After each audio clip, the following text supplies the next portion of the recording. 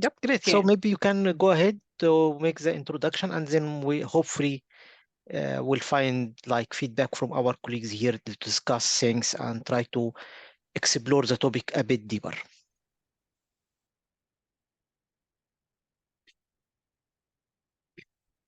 Can I show my presentation? Okay, 1 minute. Yeah, please go ahead. Yes.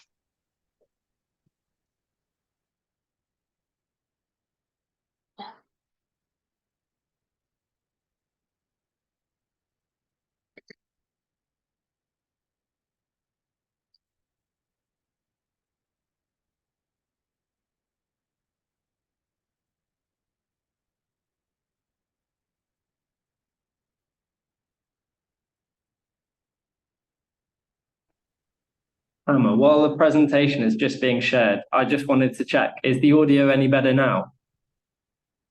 Yeah, we're good. Definitely. Okay. Definitely. Good to hear. Okay, can you see? Yep. Thank you.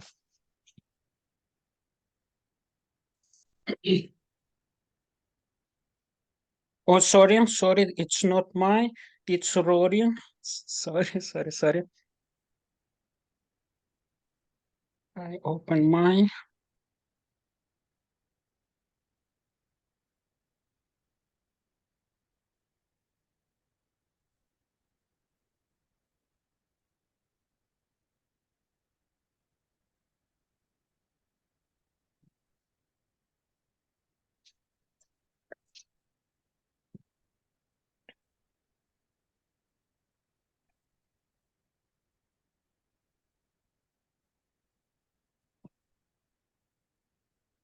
Okay.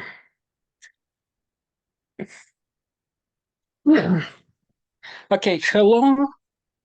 1 minute. Okay. The next step after we decided which customer will buy our product, we must know value proposition. Which product and which proposition can we recommend to our team to produce for our customer. I know everybody know business model Canvas. Osterwalder is a Crema step one. Last week, Tamer talked about customer segments, today value propositions, but we must understand that customer segments and value proposition, it's very complicated things, and we can use one segment without other. And of course, the customer profile have 3 steps: jobs, pains, and gains.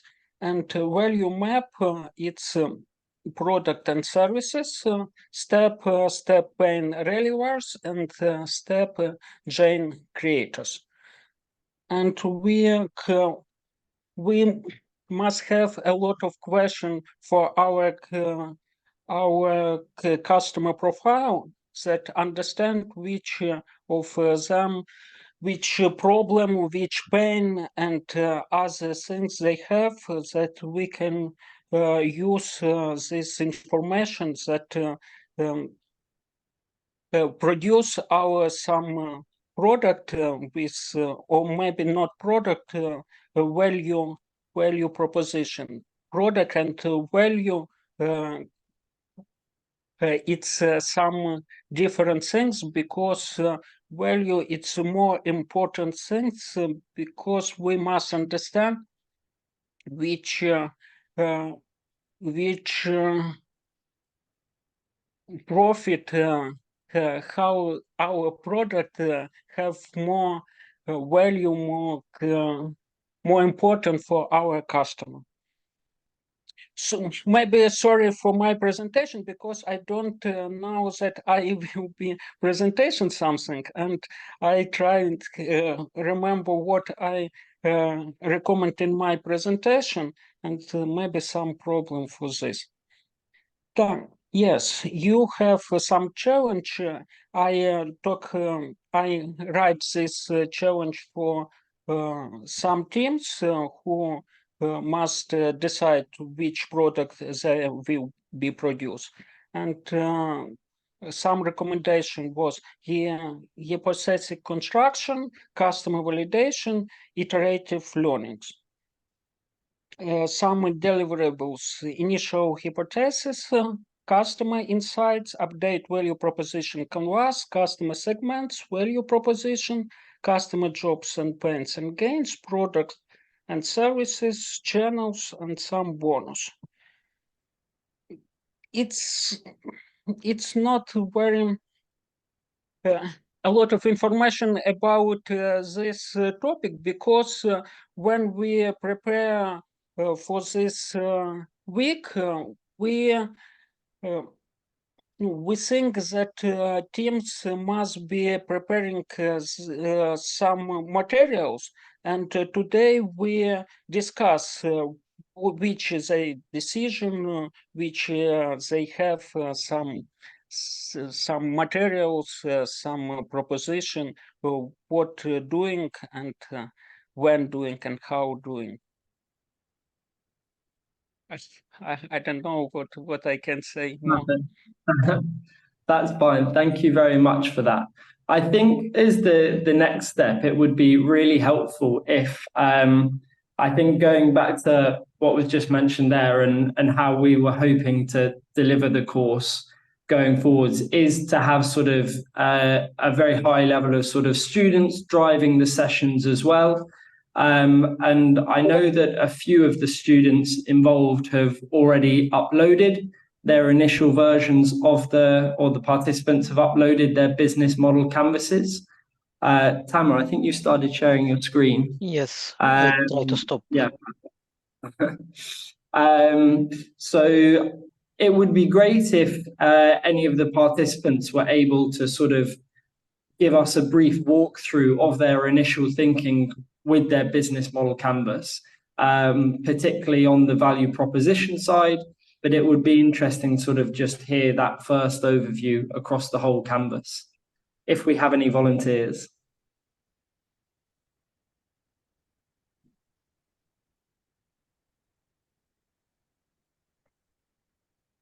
If not, Rory, I would like to ask you a question just to start the discussion.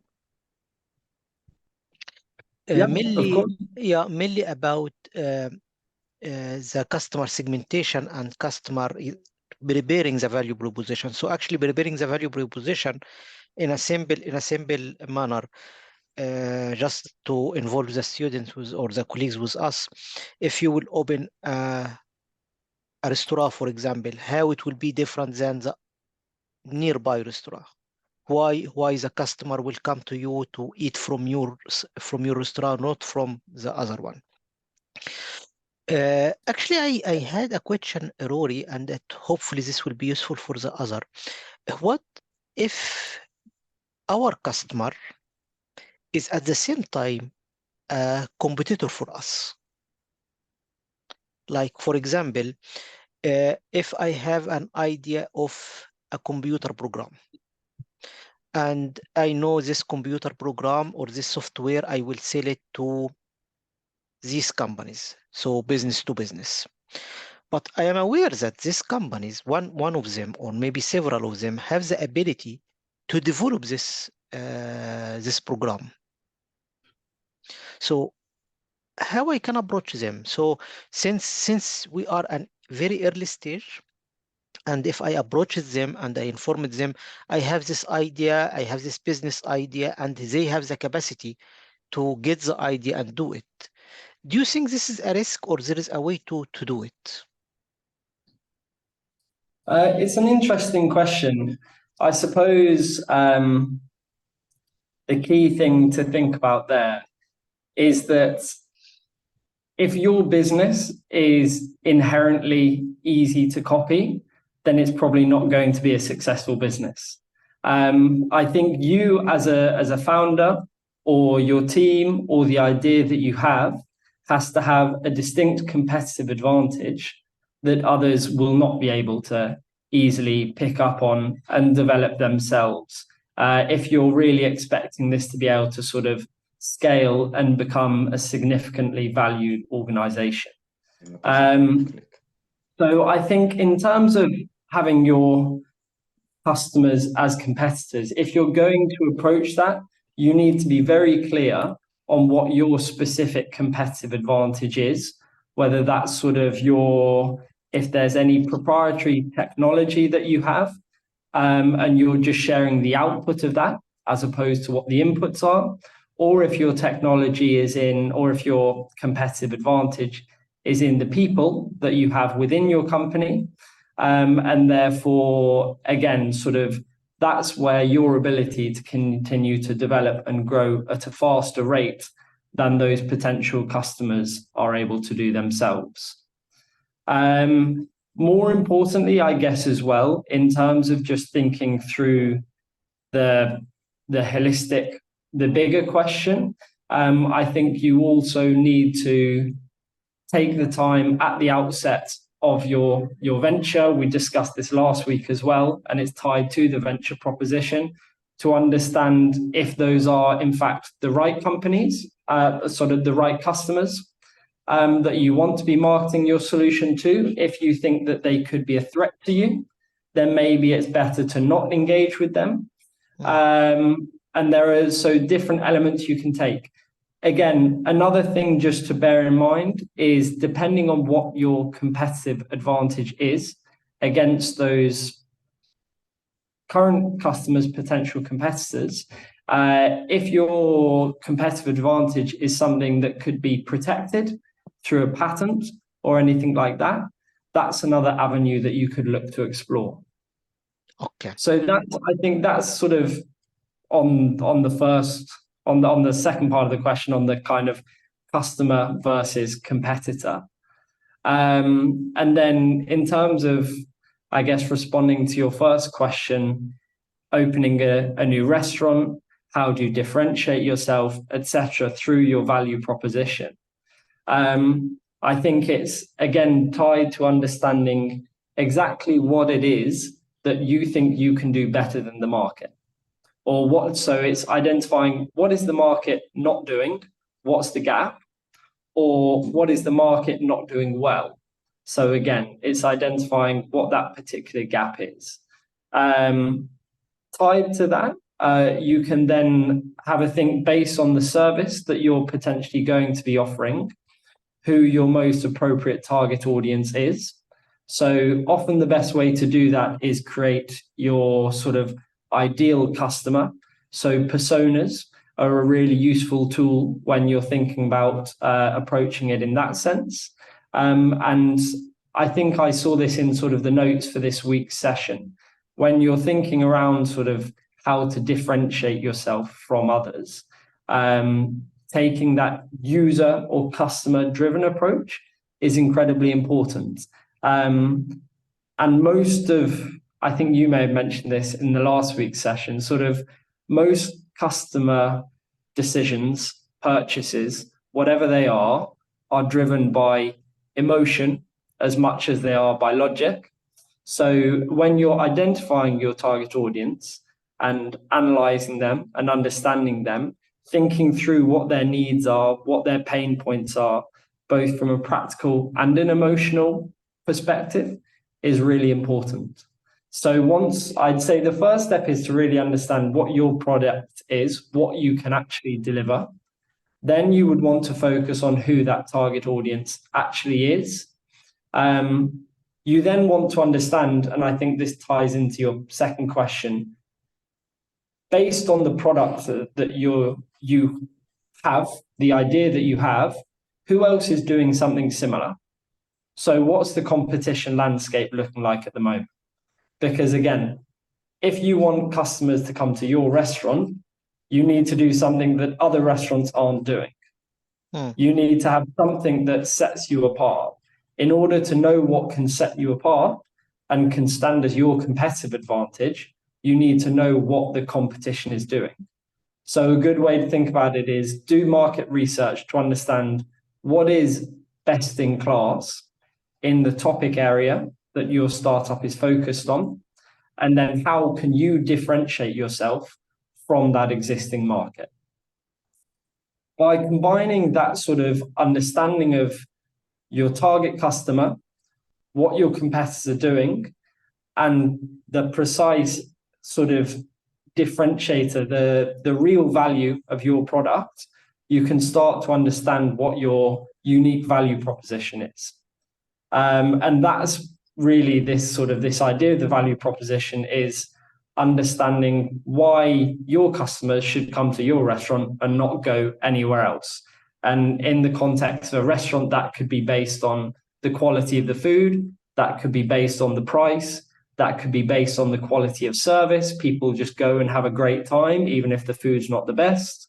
It could be that someone in the team has an amazing taste in music, so your restaurant is known as having the best playlists which are going on in the background all the time, or any different sort of particular differentiators, and drive that unique thing as part of your value proposition. And tied to that, you want to understand what the benefit is to the customer. So going back to their emotional pains and gains, the needs that you've analyzed, you can understand how your value proposition creates a real benefit for that customer. So why will they leave feeling happier, better about themselves, whatever it is? Why will they leave your restaurant that way compared to anywhere else? And then I think to loop background to this program and the model that we're talking about in terms of how we're encouraging students to engage, once you have that idea of what you think your value proposition is, the essential next step is to test that. And it's to go and you have your target audience, your target customers and users that you've already identified. So then you want to go and engage with them and say, okay, if this is my restaurant proposition and this is what we're doing differently to the current market, will you actually come and sit in our restaurant on a Friday night, or will you still go somewhere else? Are we sufficiently differentiated to convince you that this is sort of something unique that we can offer, that you're getting value from it, and also that they're willing to pay for the service as well and pay the appropriate fee based on what you're delivering? But I think that customer validation is really important when it comes to the value proposition, because ultimately it will be defined by your users, customers, whoever it might be, whether they are getting appropriate value from your service. So that's a bit of and then I guess once you've finally validated that, you integrate that proposition into your broader sort of perspective when you're building out the remaining elements of the business model, and that will sit as a kind of foundation for everything that you build out on that basis. So if there is a particular defensible and differentiated element of your business, you can double down on that with your team, and you can build out. When you expand, you can have that as a core focus of your expansion area. Or if you have multiple value propositions and differentiators, you can look to explore how you develop them in conjunction together with one another. But basically, that value proposition will sit at the core of a lot of your subsequent business model development. Yeah, actually, I have like a summary of this, Rory, if I understood correctly, and comment, but maybe Olga first. Oh, well, I was actually going to ask us to get the students out of their comfort zone and try to encourage them to speak. So if you could wrap it up, Tamer, those conclusions you have, and then we... Yeah, maybe I can give you the floor, Olga, with this comments. If I understood now, Rory, maybe when you was explaining it, I was thinking in 5 steps. So if I am like Hasib or Ima or Rawan that would like to start our startup or our company, I need to think on like doing something like in 5 steps. The first thing, what is the service that I will provide? What is the value that I provide, my company will provide? And think I will not only this, but I should go to the market. I try to see the customer, what the need of the customer. And then I will need to revise my service again in order to meet this the need of the customer. So it doesn't matter that I have, like, as you said, I can provide a fancy type of food, but the customer don't need this. They ask for something different. So I need, first of all, to see what is the things that I can provide, then what the customer need, and then develop my service based on this needs, and then look again in the third steps to the other restaurants, other companies, other startups that can compete against me to see how I can make like one step ahead and make the customer come to me, to my startup, to my company, not to them. And maybe third point is to or the fourth point is try to add a component of emotion, like, you know, make the customer love my company somehow. And the third one is to validate this with question, or validate this with like going to the customer and say, this is our service, would you like to buy it or not? Correct, Aul? Yeah, I agree. I think I would categorize it as you start with understanding at a high level what you're looking to offer. You then think who your audience could be. You then look at what the competition is, how that audience is being served elsewhere. And then that helps you to define how you can differentiate yourself against the competition. Off the back of that, you then define what is unique about your product, what that value proposition is, why customers should engage with you instead of anyone else. And then, as you say, validate that through actual real customer testing.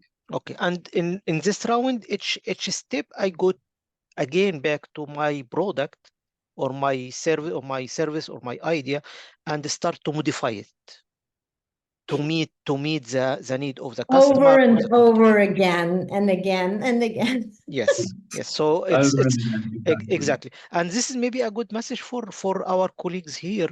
You know, maybe when you start your startup, you have an idea. My idea is to create this product, or I will sell this type of service.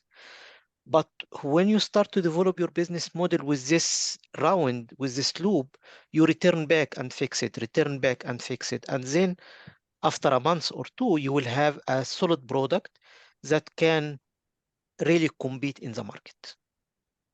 Right? Okay. Yeah.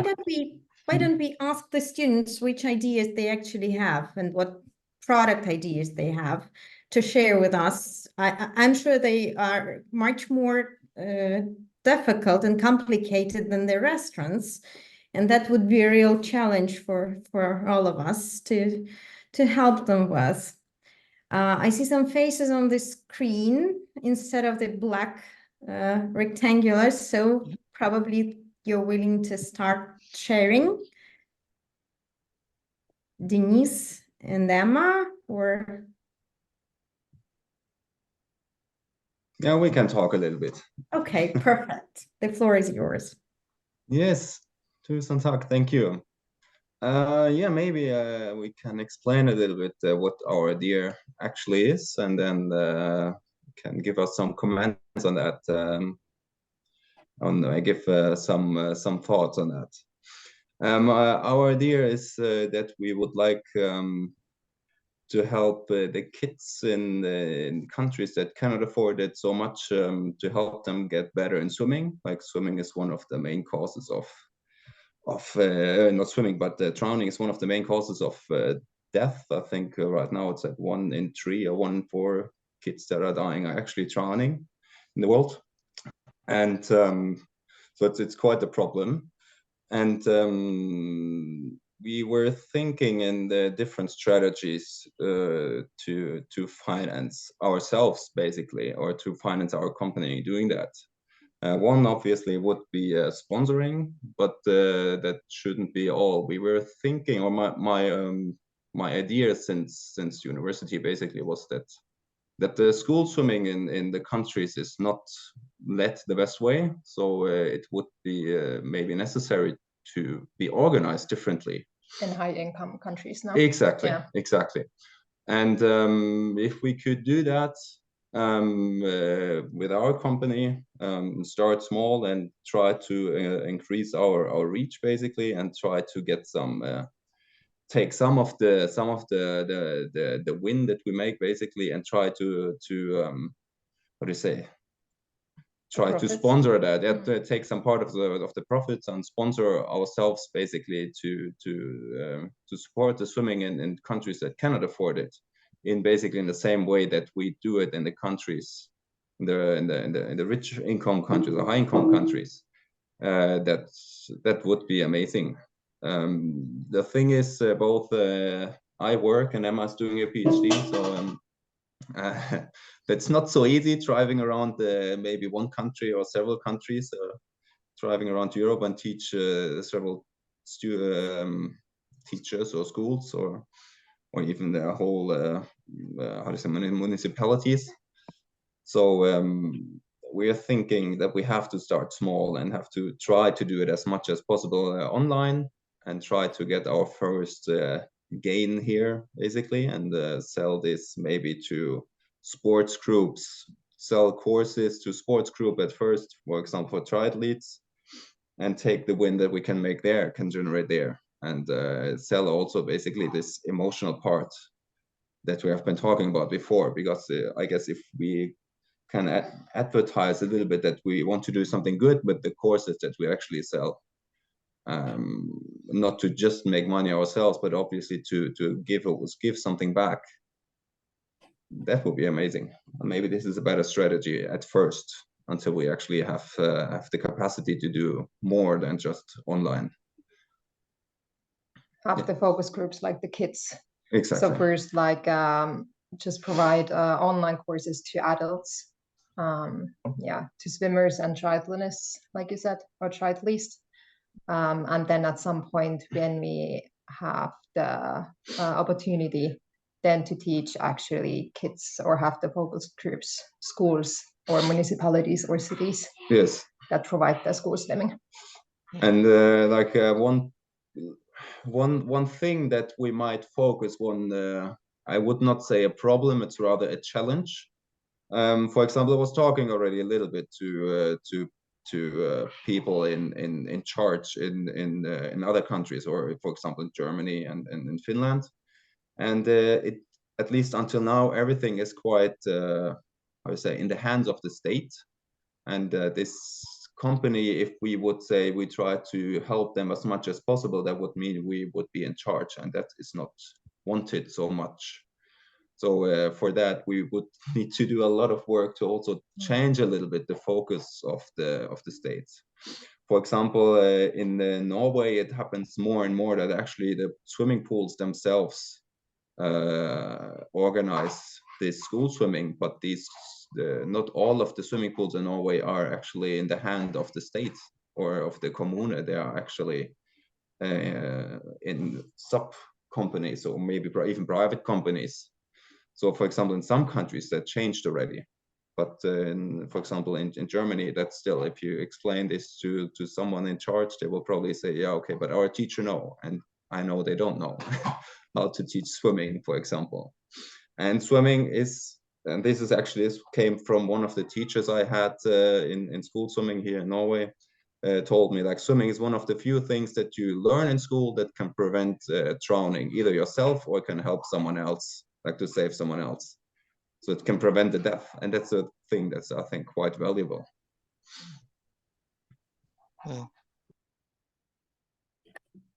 Yeah, I think this is the last point, that this is the selling point that you can use, that, you know, it's not a hobby, it's not a sport, it's something you can use to save the life of others.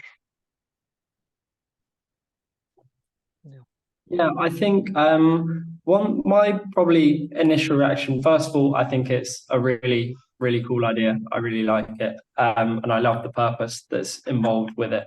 So kudos for pursuing it.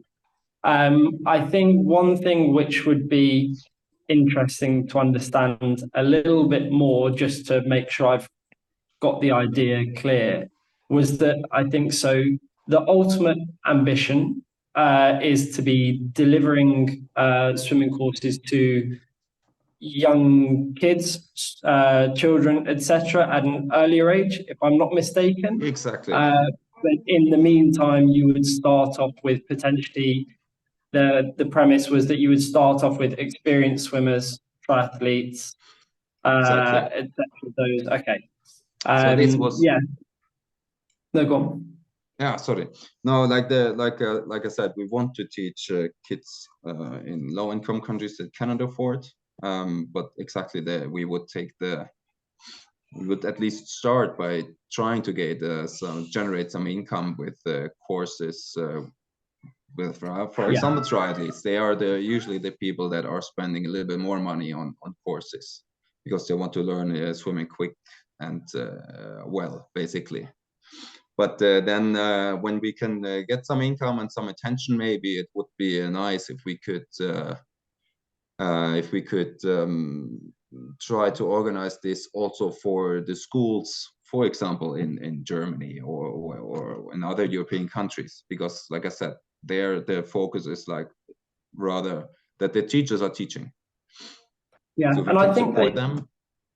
Yeah, sorry. it's interesting. I was just going to say that on the back of what you were saying there, I think what you're essentially looking to do is set up a bit of a pilot program to prove that this logic works.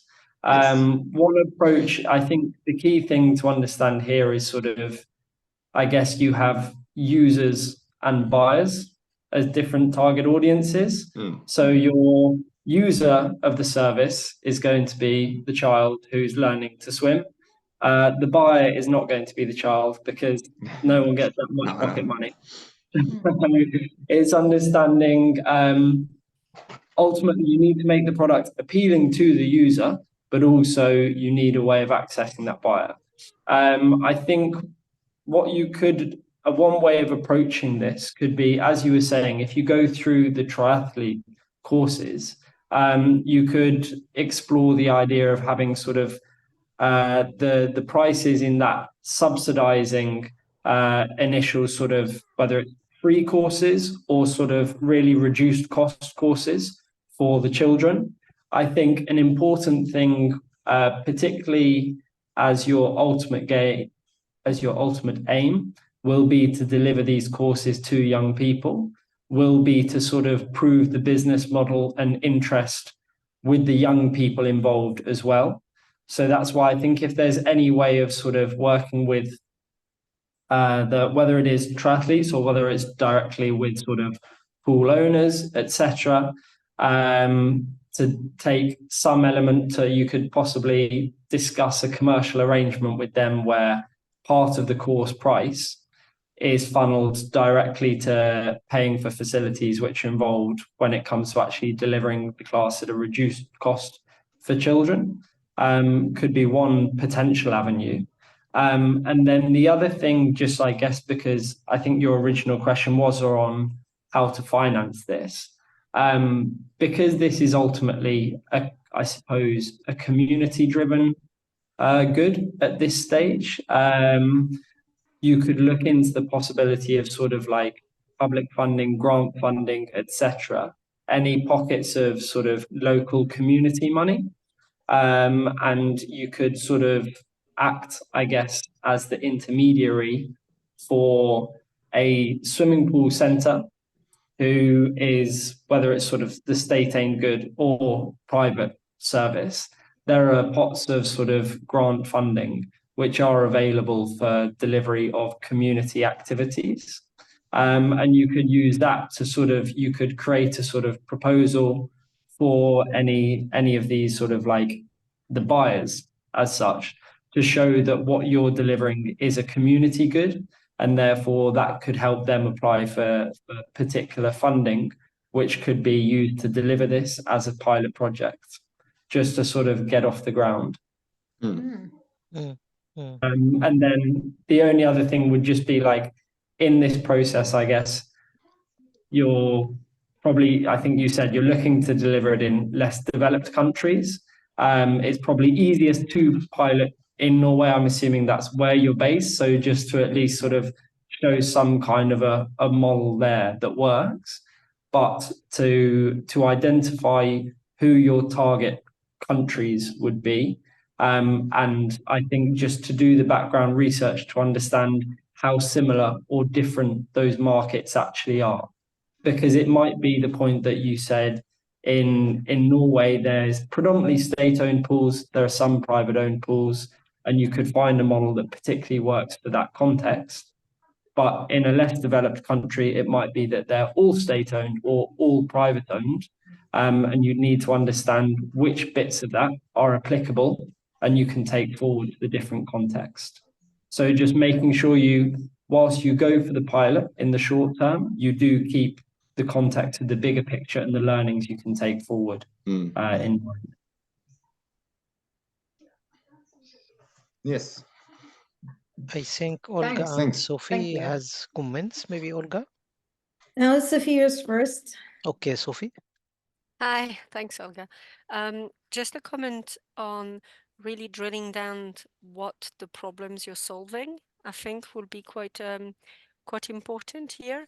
Basically looking back at, because as Rory mentioned, different countries will have different problems in a sense.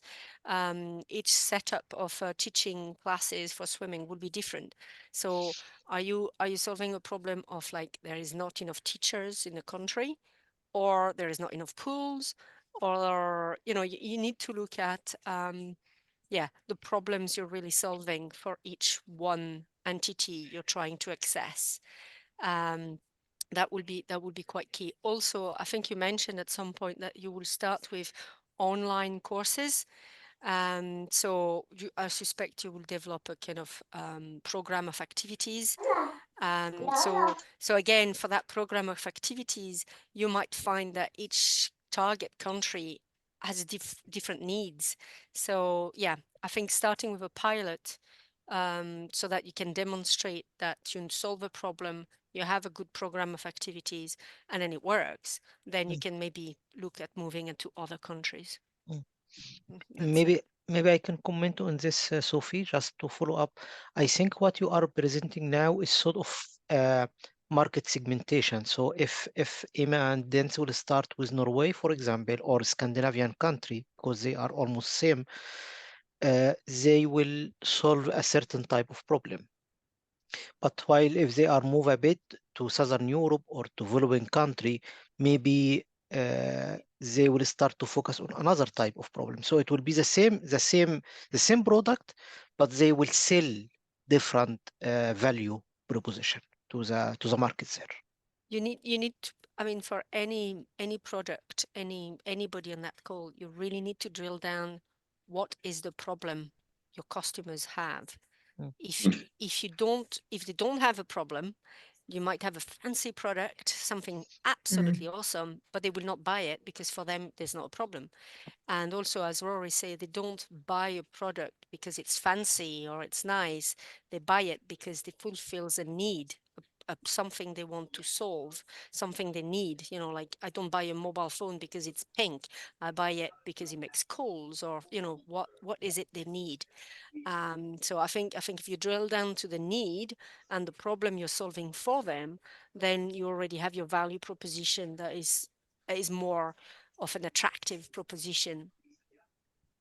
Yeah. And I think just to build on that as well, I think understanding that need really can inform who your customers are.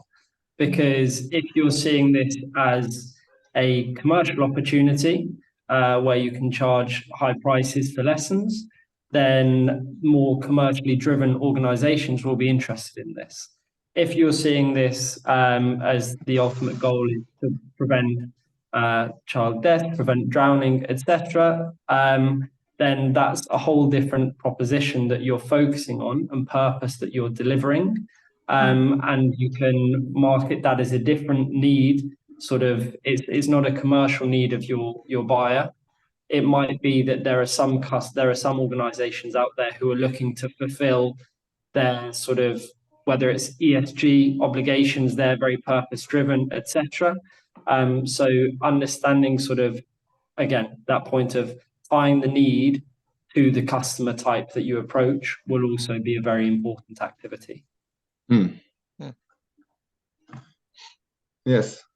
All right, then one last thing maybe from me, like what I at least slightly experienced during my little bit of research and listening to or talking to a little bit, or at least over email, to some of the bigger towns in Germany, is that some of them really like some of the towns were really interested, and they were saying that they need help with this, but they kind of cannot do it because I would be like a third party, like a private thing, and this is what, like, they cannot do that. It is, everything is at least right now is led by the state basically. So this was kind of a problem. So the only thing they were suggesting to do was courses for teachers, to educate them basically to be better teachers. Another town that I talked to, they basically just said, our teachers learn everything they know, everything they need to know at university. They are good enough.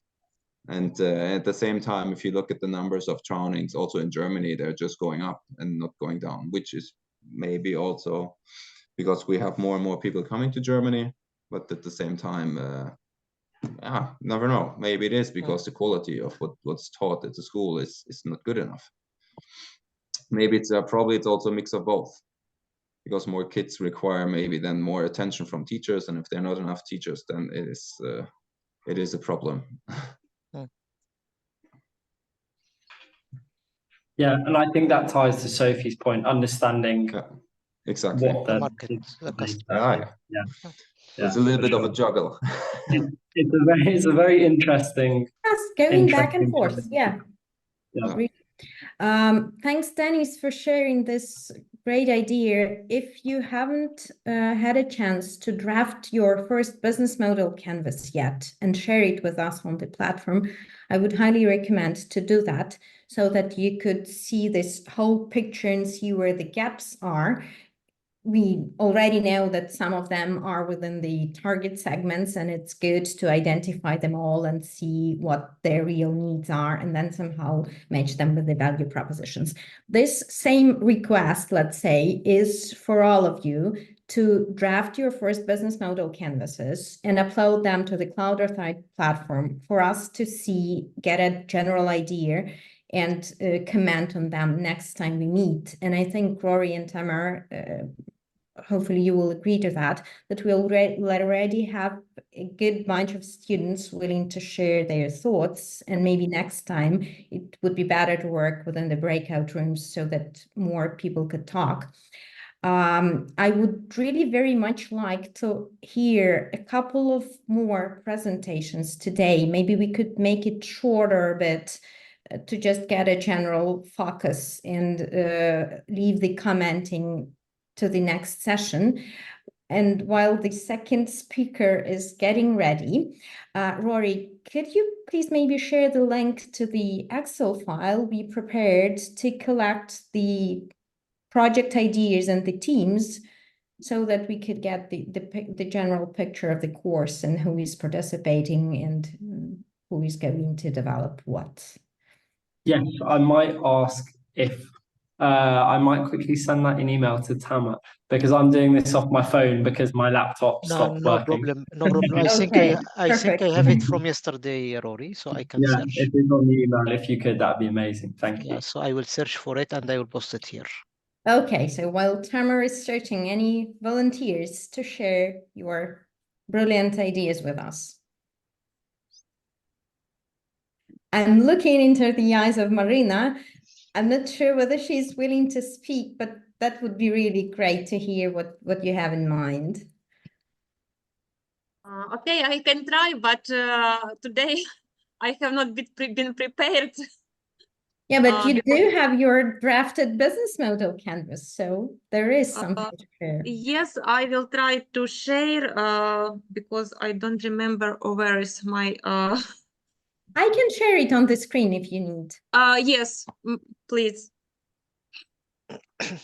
Give me just a moment.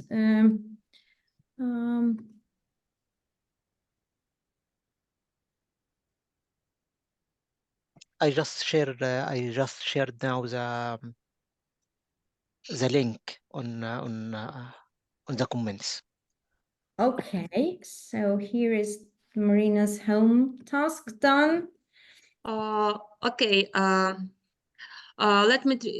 Firstly, let me introduce myself. My name is Marina Starozhenko, and I am a researcher from Ukraine. I work at Frantsevich Ukrainian Material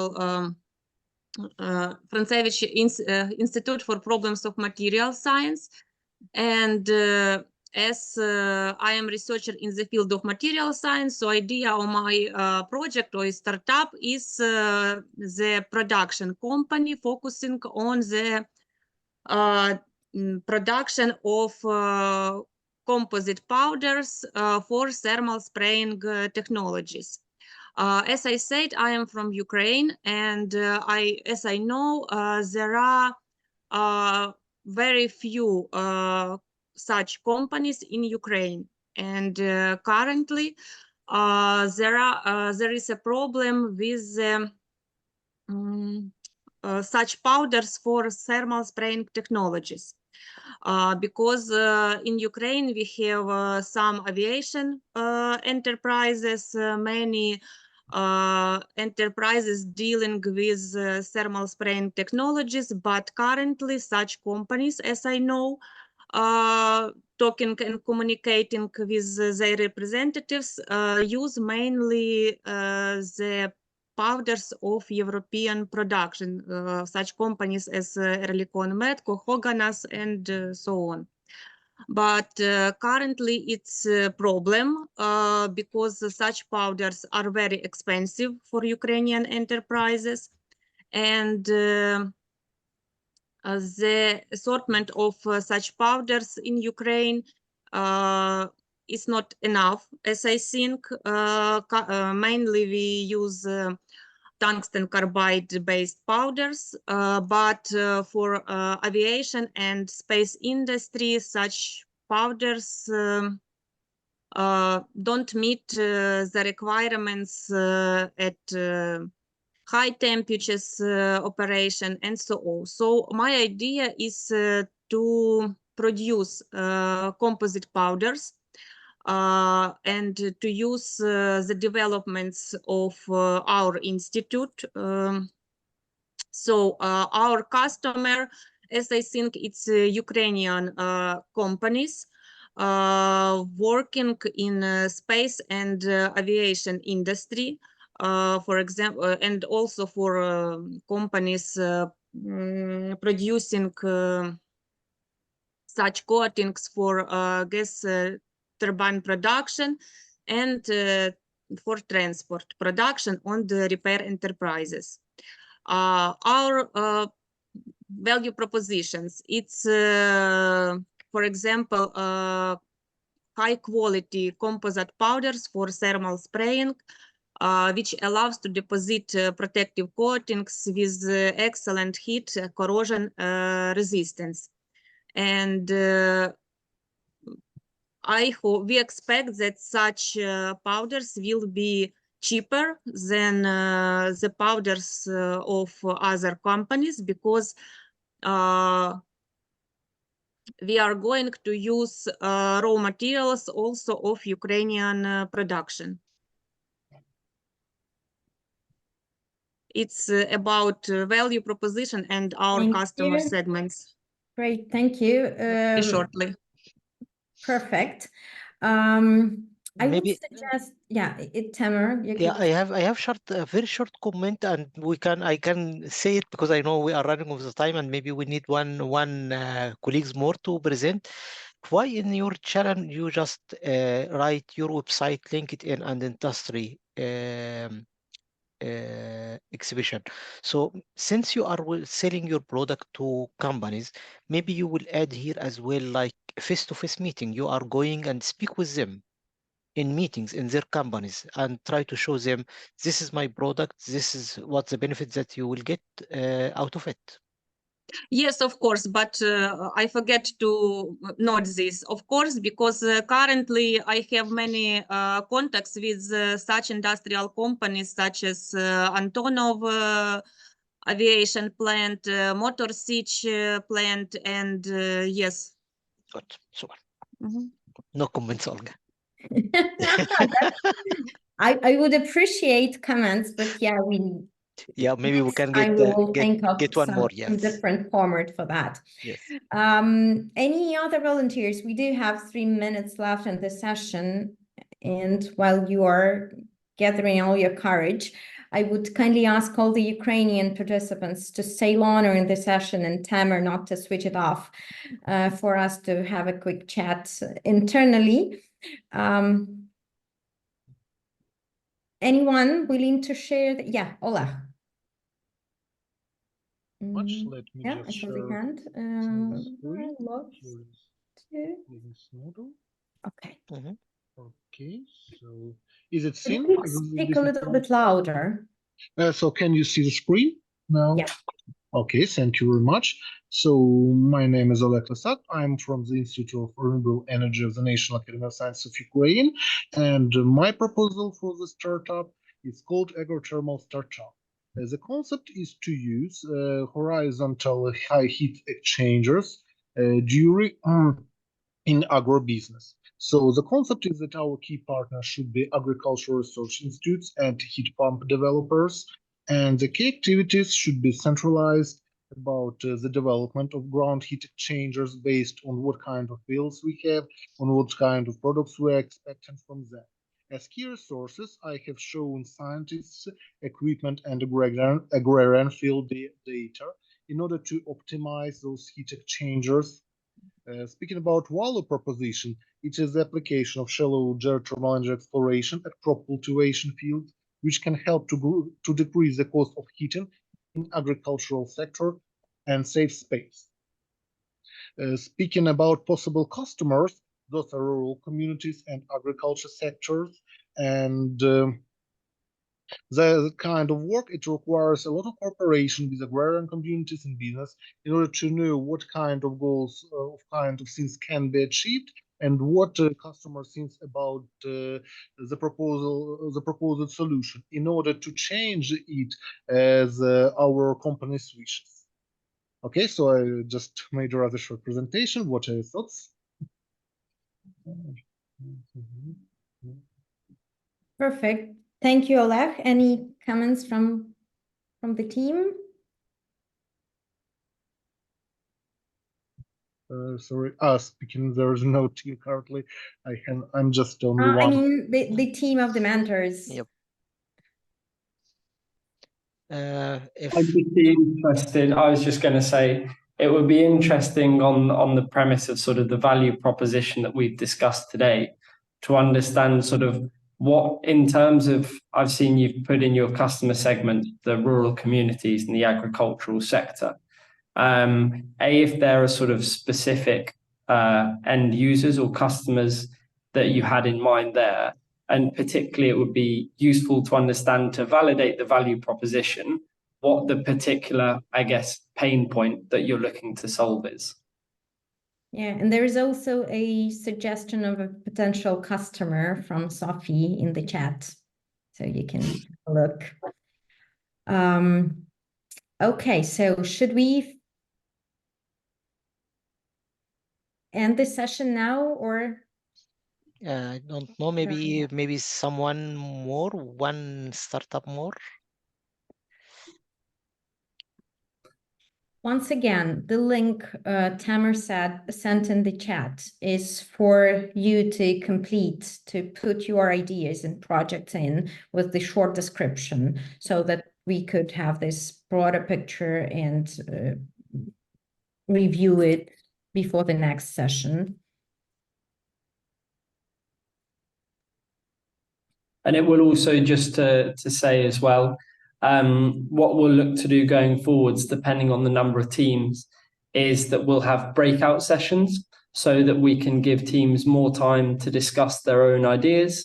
And if you can put in sort of who else is in your team, that will help us to prepare the breakout rooms so we can do it more efficiently and save more time for actual discussion of your ideas and sort of progression on those during the seminar.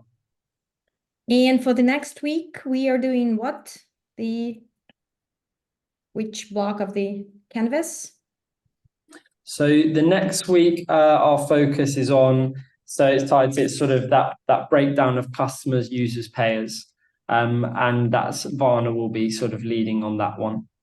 And I think, if I'm not mistaken, tomorrow we'll be uploading the materials there. Tied to that will be the thinking that we would encourage you to do over the course of the coming week. So thinking through sort of what hypotheses you should be testing, which customers to go and engage with, etc. So if it was, next week it would be great to be able to sort of talk through updated versions of your business model canvas, and have a discussion around what you've done in the week, what hypothesis you've tested, what you've learned, and what you see as the next steps. And maybe I can follow up here, Rory, about tomorrow. So this record will be uploaded tonight, tomorrow, and it will be shared together with the Excel sheet. But tomorrow at 5 o'clock we have the leader session. So please don't forget that we have Wednesday and Thursday. So Thursday is a place where you will meet a businessman, businesswoman, just to discuss and get experience from them, from a real story. Okay, then Good. we are all. Oh, Sophie, sorry. Oh no, I was just saying I'll go now. Yep. And I'll hopefully Okay. see you see you next week. Yeah, Thank you but very much. from my side, I am very happy from the discussion of today. I think now the competition started. So today we have like one startup from Tromsø, two startups from Ukraine. So we'll see who will win. So start. Not the competition yet, the cooperation. The competition will go later. Okay, yeah, but it's heating up. I mean, Yeah. yes, We need more Right. ideas. We need more ideas. more ideas, yes. Thank you. And yeah, thank you for the session and see you tomorrow then. And yes, Tamer, once again, if you could leave us with the host rights to Yep. talk to the Ukrainian team, that would be great. Yep. Thank you, everyone. Thanks all.